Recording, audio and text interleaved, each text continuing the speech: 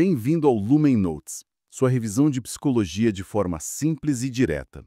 Olha, na nossa conversa anterior, a gente começou a explorar esse universo imenso que é a memória, né? Sim, demos uma passada geral. Falamos da memória de curto prazo, da memória de longo prazo, até citamos aquele modelo mais antigo do Atkinson e Shiffrin, que via a coisa meio linear, sabe? Sensorial, curto prazo, longo prazo. Isso, foi um marco inicial importante, né? Para a gente começar a pensar como a informação fluía, como era guardada. Só que, claro, a pesquisa não parou, né? E a gente viu que é bem mais complexo e dinâmico. Exato. Não é só um arquivinho sequencial. Por isso, hoje, a ideia é ir um pouco mais fundo. Vamos ver o que as fontes trazem sobre a memória de trabalho, que também chamam de operacional. Uhum, Os cérebros são mais importantes para isso, certo. e também por que a gente esquece, desde o esquecimento normal do dia a dia até quadros mais sérios como as amnésias. E claro, o que dá para fazer para cuidar melhor da memória? Um ótimo roteiro. E começar pela memória de trabalho faz todo sentido, porque ela já quebra um pouco aquela visão antiga, mais passiva da memória de curto prazo. Perfeito. Então vamos lá. O que exatamente diferencia essa memória de trabalho daquela memória de curto prazo mais clássica? As fontes falam num quadro branco mental. Gostei da imagem. É uma boa analogia, sim. Pensa na memória de curto prazo do modelo antigo como, sei lá, um depósito temporário. A informação chegava, ficava ali um pouquinho. Com aquela capacidade limitada, né? Os 7, mais ou menos 2 itens. Exato, era basicamente isso, um lugar para a informação ficar parada por um tempo. Tipo, colocar algo numa mesa e deixar lá. Passivo. Tá. E a memória de trabalho, então? Onde ela entra? A memória de trabalho, ela é ativa. É como se tivesse alguém ali na mesa, não só olhando, mas usando a informação, combinando coisas, transformando, manipulando para fazer alguma coisa. Entendi. O foco não é só quanto tempo a informação fica ali, mas sim a utilidade dela naquele momento. Ela opera por segundos, talvez poucos minutos, e não deixa aqueles rastros permanentes, bioquímicos, como a memória de longo prazo, né? É mais um sistema de gerenciamento mesmo, que mantém a informação que importa viva, porque a gente está fazendo agora. Faz sentido.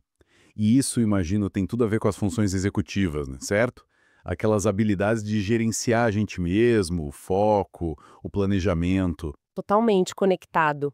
As funções executivas, para funcionar, dependem muito da memória de trabalho.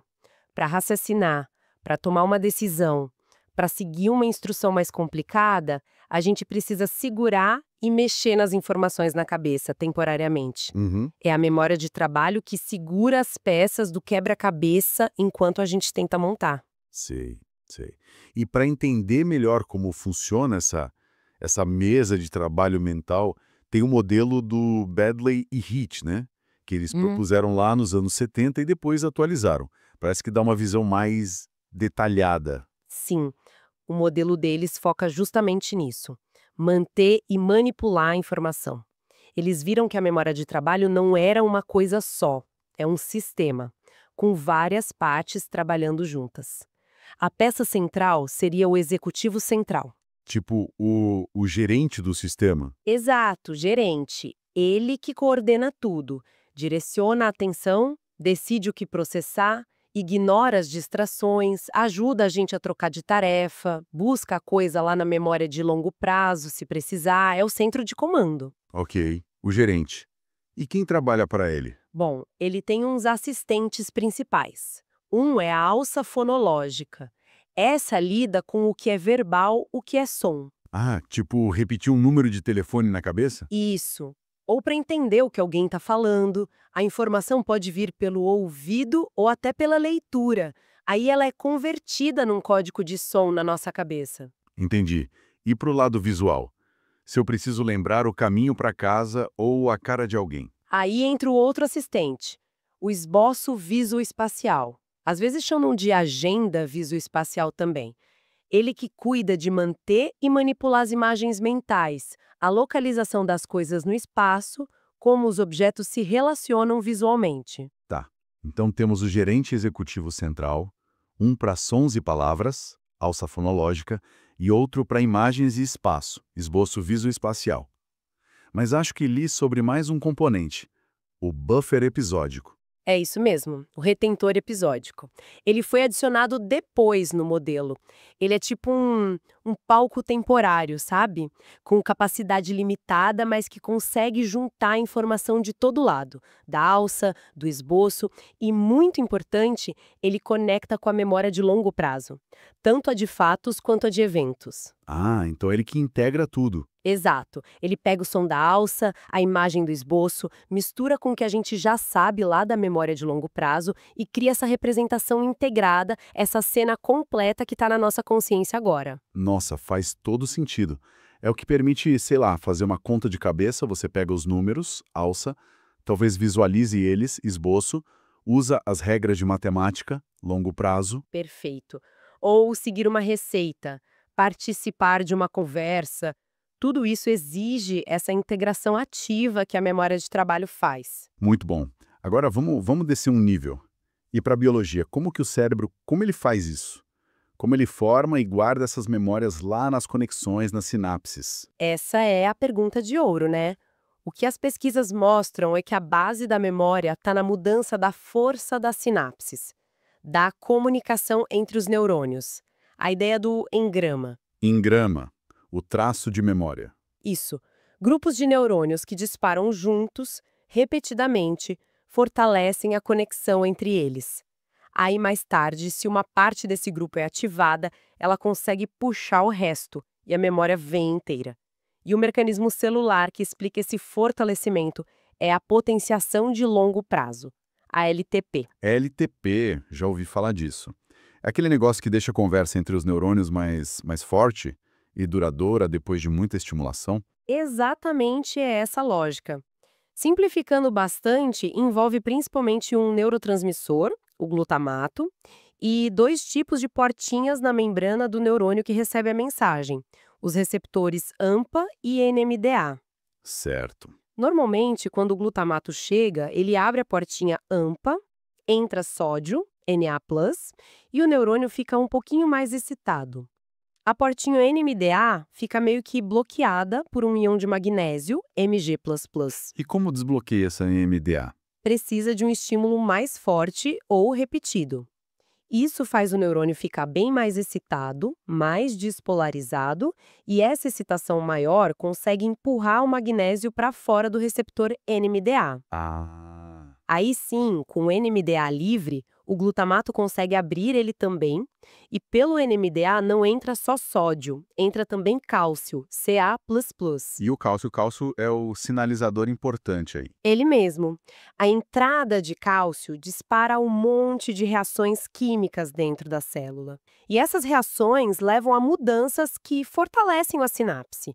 Por exemplo, colocar mais receptores AMPA lá na membrana para ela ficar mais sensível na próxima vez que o glutamato chegar. A conexão fica mais robusta, mais eficiente. Uau! Então é um processo químico super complexo rolando o tempo todo enquanto a gente aprende? E tem mais. Para essa mudança ser de longo prazo mesmo, para a memória se consolidar de verdade, o processo vai mais fundo. Envolve ativar genes, produzir novas proteínas. Essas proteínas ajudam a estabilizar as mudanças na estrutura e na função da sinapse. Caramba! E em algumas áreas, como o hipocampo, até a formação de novos neurônios, a neurogênese pode ter um papel nisso. Então, aprender não é algo etéreo. É uma mudança física, química, real nas conexões do cérebro. É a tal da plasticidade sináptica, né? A capacidade do cérebro de se moldar com a experiência. Perfeito. Plasticidade é a palavra-chave. Então, o processo todo seria codificação, a informação entra e é processada, consolidação, as sinapses são fortalecidas, estabilizadas, um processo que leva tempo, pode depender do sono, por exemplo, e recuperação, acessar essa informação guardada quando a gente precisa. E onde que isso tudo acontece no cérebro? Quais são as áreas mais críticas para a memória? Imagino que não seja uma só. Não mesmo, é um trabalho de equipe. Mas algumas áreas são protagonistas. O hipocampo, que fica ali no lobo temporal medial, é super importante para formar e consolidar memórias novas do tipo declarativas ou explícitas. Declarativas. Aquelas que a gente consegue declarar. Fatos, eventos. Isso, fatos que a gente sabe, memória semântica, ou eventos que a gente viveu, memória episódica. O hipocampo parece funcionar como um maestro temporário, sabe? Ele conecta várias partes do córtex, onde os detalhes da memória ficam guardados, até que essa memória se torne mais independente dele e fique mais distribuída pelo córtex. E o córtex pré-frontal? A gente falou dele para as funções executivas. Ele é fundamental para a memória de trabalho, para segurar e manipular a informação agora. Mas ele também é muito importante para recuperar as memórias de longo prazo de forma estratégica. Quando a gente faz aquele esforço consciente para lembrar algo, o pré-frontal está lá, ativo, guiando a busca. Entendi. E a emoção nisso tudo? Porque memória com emoção parece que gruda mais, né? Totalmente. A amígdala, nosso centro emocional, é a chave. Ela processa o significado emocional das coisas e conversa muito com o hipocampo durante a formação e a consolidação da memória. Ah, Se um evento é emocionalmente marcante, a amígdala meio que sinaliza para o hipocampo: olha, isso aqui é importante, guarda bem. E aí a consolidação é mais forte. É até uma questão de sobrevivência, né?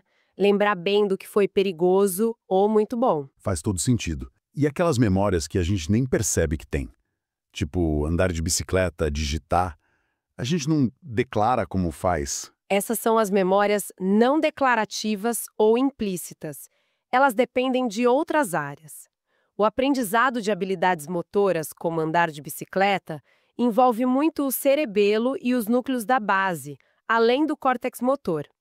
Os núcleos da base também são importantes para formar hábitos, para o condicionamento. E então tem essa divisão, né? As memórias que a gente sabe o quê, declarativas, com o hipocampo ali central, e as que a gente sabe como, não declarativas, com o cerebelo, núcleos da base. Mas, claro, a gente não lembra de tudo para sempre, porque a gente esquece. O esquecimento normal do dia a dia parece ser um pouco o processo inverso da consolidação, sabe? Se aquelas sinapses que formam um engrama não são usadas, não são reativadas com frequência, elas podem enfraquecer. Ah, Existe um processo chamado depressão de longo prazo, a LTD, que enfraquece sinapses, ou elas podem simplesmente voltar para o estado que estavam antes. Aí fica mais difícil acessar a memória, ou ela se perde mesmo. É até bom que isso aconteça, senão a gente ficaria sobrecarregado de informação inútil. e fatores do dia a dia, mesmo sem doença, podem atrapalhar. Tipo cansaço, estresse. Ah, com certeza. Estresse crônico, ansiedade lá em cima, não dormir direito, não prestar atenção na hora de aprender. Tudo isso atrapalha. Atrapalha formar memória nova e atrapalha buscar a memória antiga. Uhum. Quem nunca teve aquele branco de ir na cozinha e esquecer o que ia pegar? Não é amnésia, claro, mas mostra como a recuperação falha fácil com esses fatores. E tem também o déficit mais específico de memória de trabalho, né? A dificuldade de manter a informação ali ativa que complica muito para resolver problema, para aprender. Mas além desses esquecimentos, dificuldades mais comuns, tem as amnésias mesmo, que são perdas de memória mais graves, causadas por lesão, doença. Isso. As clássicas são a amnésia anterógrada e a retrógrada. Na anterógrada, a pessoa não consegue formar memórias novas e explícitas depois que aconteceu o problema, tipo uma lesão no hipocampo. O caso do HM, né? O paciente HM é o exemplo mais famoso. Depois da cirurgia que tirou os hipocampos dele, ele lembrava do passado, mas não criava nenhuma memória nova de fatos ou eventos. É um quadro que aparece muito no começo do Alzheimer também. E a retrógrada? A retrógrada é a perda das memórias que foram formadas antes do problema acontecer. A pessoa pode ter dificuldade para lembrar do passado, seja recente ou mais antigo. Aí o problema parece ser mais na recuperação ou na própria integridade das memórias que já estavam guardadas no córtex. Acontece mais em fases avançadas do Alzheimer ou depois de um trauma na cabeça. As fontes falam de outros tipos também, tipo a dissociativa. Sim, a amnésia dissociativa está ligada a um trauma psicológico muito forte. A pessoa esquece eventos específicos do trauma quase como uma defesa. Tem a amnésia induzida por drogas, que o nome já diz, né? substâncias que mexem com o cérebro e afetam a memória. Certo. E tem uma curiosa, a amnésia global transitória. É um episódio do nada, temporário, em que a pessoa tem amnésia anterógrada e retrógrada juntas. A causa ainda é meio incerta, pode ter a ver com estresse muito alto, esforço físico, choque térmico. É importante lembrar também, né, que muitas doenças neurodegenerativas, como Alzheimer, Parkinson ou problemas vasculares, infecções, falta de oxigênio, podem acelerar a perda de neurônios. E quando essa perda passa de um certo ponto em área-chave para a memória, aí os problemas aparecem. Exato. A saúde do cérebro como um todo é a base de tudo. Pensando nisso tudo, na complexidade de formar memória, nos vários sistemas, nos jeitos de esquecer o que as fontes dizem sobre como a gente pode cuidar da memória, conservá-la. Olha, o princípio básico que fica claro é: a memória gosta de ser usada. É que nem músculo, sabe? Se você exercita, fortalece. Usar as funções cognitivas, incluindo a memória, ajuda a manter as redes neurais funcionando bem. E o que ajuda a fortalecer essas redes, a gente falou da repetição, da emoção. Sim, a repetição espaçada vê a mesma informação de novo, mas com intervalos de tempo cada vez maiores, funciona muito bem para fixar. O sono de qualidade, principalmente o sono REM e o profundo, é fundamental para consolidar o que a gente aprendeu durante o dia. E, claro, prestar atenção e se envolver emocionalmente na hora de aprender potencializa muito a formação da memória, E o que a gente deveria evitar? o que prejudica. O estresse crônico é um vilão. Cortisol demais atrapalha o hipocampo. Dormir pouco, ser sedentário física e mentalmente, ter uma alimentação ruim, tudo isso impacta negativamente o cérebro e, por tabela, a memória. Estratégias mais ativas. Foi mencionada a leitura. A leitura parece um ótimo exercício. Envolve ver, entender a linguagem, acessar significados, manter a atenção. Muitas vezes envolve emoção, imaginação. É bem completo. Mas, no geral, se manter mentalmente ativo, aprender coisas novas, desafiar o cérebro, praticar a evocação, que é tentar lembrar ativamente, não só reler, e, claro, prestar atenção na hora H. Tudo isso ajuda. Certo. Foi uma análise bem completa mesmo. Passamos pela memória de trabalho, nessa coisa ativa, pelos mecanismos biológicos como a LTP, mostrando que memória é mudança física, pelas áreas do cérebro e o que cada uma faz, pelos tipos de esquecimento e amnésia, e fechamos com as dicas para cuidar da memória, baseadas no uso e na saúde do cérebro. Sim, acho que cobrimos os pontos principais que o material trazia. É um campo enorme e fascinante, né? Psicologia e neurociência juntas para entender a memória. Agora, talvez uma boa reflexão para quem está ouvindo seja: pensando nessas estratégias, nesses mecanismos todos, qual técnica ou hábito, talvez algum que já se conheça ou algum que a gente falou hoje, poderia ser aplicado de forma mais consciente a partir de agora, para otimizar a própria memória, principalmente pensando nos estudos? Ótima pergunta para ficar na cabeça. Esse foi o Lumen Notes. Se esse conteúdo ajudou de alguma forma, compartilhe com colegas e ajude o projeto a crescer. É possível apoiar pelo Pix institucionallumen@gmail.com. Até a próxima revisão.